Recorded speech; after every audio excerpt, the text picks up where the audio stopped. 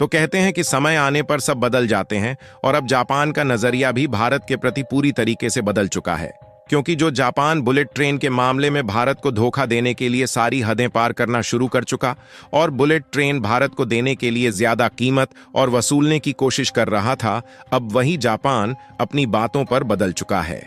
क्योंकि खबर निकल कर आ रही है कि मुंबई और अहमदाबाद के बीच जो बुलेट ट्रेन चलाई जानी है, इस बुलेट ट्रेन की E5 और E3 सीरीज को as a gift free of cost Bharat को जापान दे रहा है।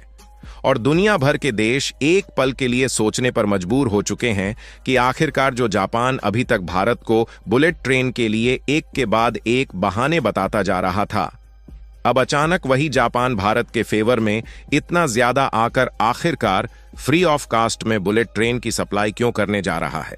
पूरी डेवलपमेंट क्या है इस वीडियो में समझते हैं, लेकिन जापान भारत को फ्री में बुलेट ट्रेन की सप्लाई करने जा रहा है, उसके लिए वीडियो को एक लाइक करके चैनल को सब्सक्राइब जरूर कर लीजिए, क्योंकि आपके लिए तो 1 सेकंड का काम है, लेकिन इससे हमारी काफी बड़ी मदद होती है।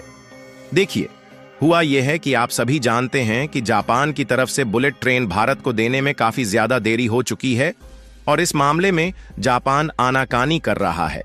लेकिन हाल ही में जापानी मीडिया ने अचानक से एक आर्टिकल पब्लिश किया जिसमें साफ साफ लिखा है कि जापान शिंकानसेन E3 और E5 जो कि बुलेट ट्रेन की अलग अलग सीरीज है, इन दोनों सीरीज की ट्रेनों को फ्री में भारत के लिए प्रोवाइड करने जा रहा है।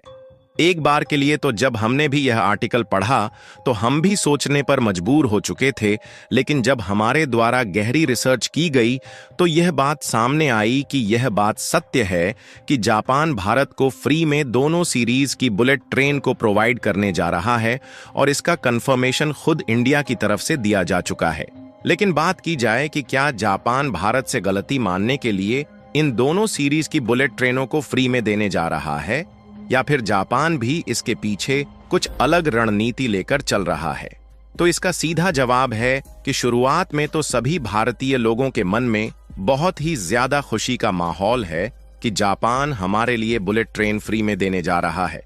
लेकिन इसके पीछे जापान एक बहुत बड़ी रणनीति लेकर चल रहा है और उसी रणनीति के चलते भारत को जापान फ्री में बुलेट ट्रेन देने जा रहा है।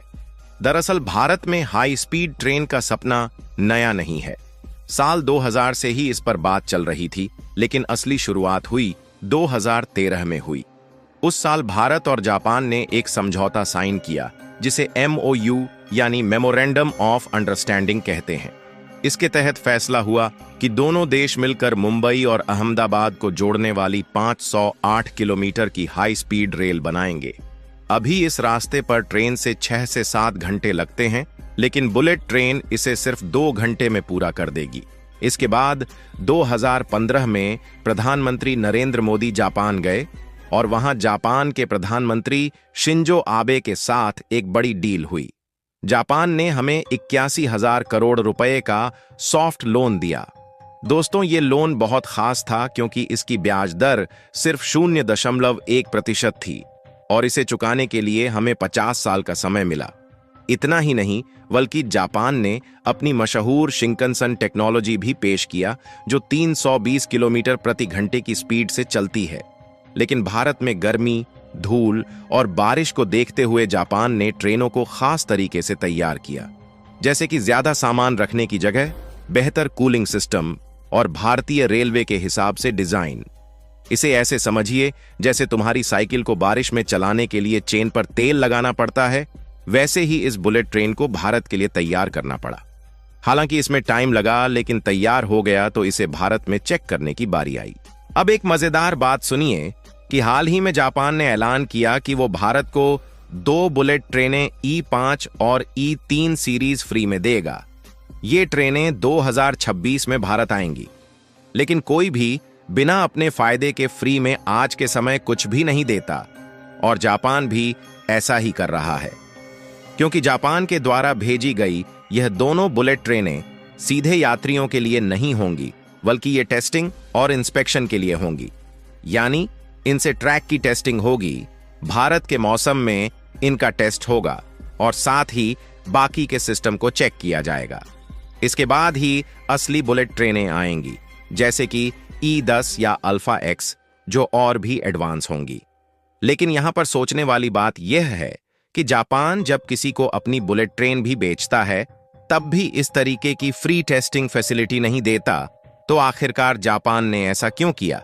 तो इसका जवाब है कि इस प्रोजेक्ट में देरी हो चुकी है और भारत ने कहा कि हम अपनी वंदे भारत ट्रेनें इस्तेमाल कर सकते हैं, और भारत ने भी यही से खेल खेलना शुरू किया। और यह बात जनवरी 2025 की है, जब भारत की Chennai based integral coach factory ने एक टेंडर निकाला और इन्होंने BEML को बुलेट ट्रेन की तरह हाई स्पीड में चलने वाली स्वदेशी ट्रेन को मैन्युफैक्चर करने का ऑर्डर दे दिया। ये सुनकर जापान को लगा कि भारत उनकी टेक्नोलॉजी छोड़ सकता है, इसलिए उन्होंने ये शानदार ऑफर दिया। साथ ही वो चाहते हैं कि भारत उनकी बुलेट ट्रेन टेक्नोलॉजी को पूरी तरह अपनाए। हालांकि जापान तो ऐसा पहले भी करना चाहता था, लेकिन टेस्टिंग फैसिलिटी के लिए फ्री में बुलेट ट्रेन देने का इरादा जापान का नहीं था। लेकिन क्योंकि जापान भी बुलेट ट्रेन सप्लाई करने के लिए किए गए वादों को नहीं निभा पाया, इसलिए ऐसा शानदार ऑफर भारत को दिया है।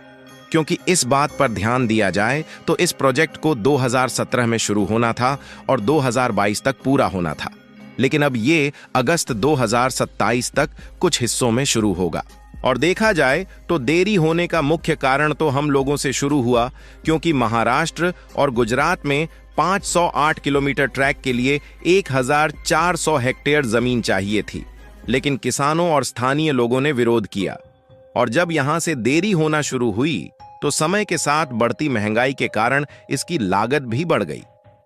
पहले बजट 1.08 लाख करोड़ रुपए था, लेकिन अब ये 1.5 लाख करोड़ तक पहुंच गया।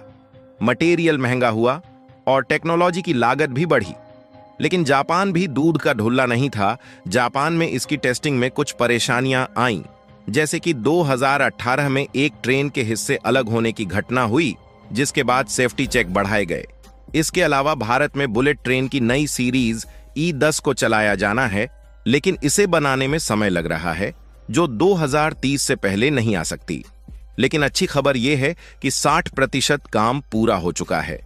360 किलोमीटर ट्रैक बन गया है, 12 स्टेशनों में से 8 पर काम चल रहा है और ब्रिज ऑफ टनल का काम भी तेजी से हो रहा है। इस प्रोजेक्ट में जापान का बहुत बड़ा रोल है।